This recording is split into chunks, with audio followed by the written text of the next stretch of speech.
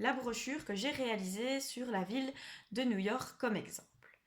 Alors, vous voyez que ma brochure, qui aura comme résultat final ceci, est tenue sur 2 feuilles. Ces 2 feuilles sont divisées en 3 parties chacune. Sur la première feuille, je retrouve à droite la première de couverture, c'est-à-dire la page de garde de ma brochure. Juste à côté, j'ai la 4e de couverture, elle correspond au dos de la brochure. Sur cette partie, j'y mets les informations plus générales comme un plan de la ville et le nom des responsables du voyage.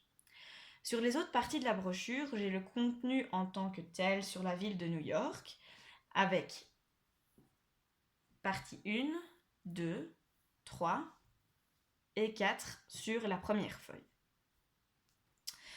Bien entendu, lorsque j'imprimerai la brochure, eh bien, il faudra imprimer les 2 feuilles en recto verso pour pouvoir constituer la brochure en tant que telle, comme ceci.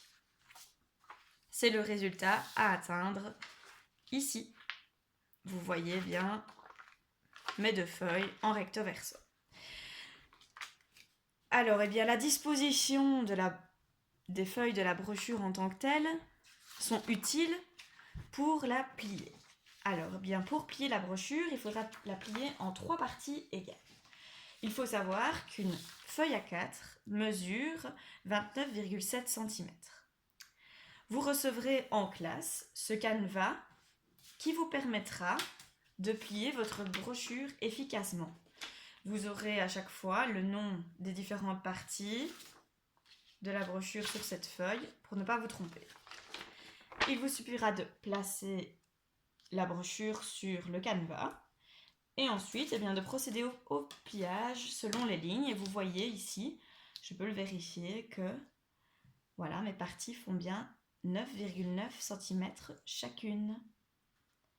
Alors, une petite précision par rapport justement au pliage, c'est que une fois la brochure pliée, il faut penser à bien aplatir les plis réalisés, donc ici, et celui-ci, pour rendre notre brochure la plus jolie que possible. Bien évidemment, il faut la plier en une seule fois, éviter de rater, plier la brochure plusieurs fois. Ainsi, on a des bords ici bien droits.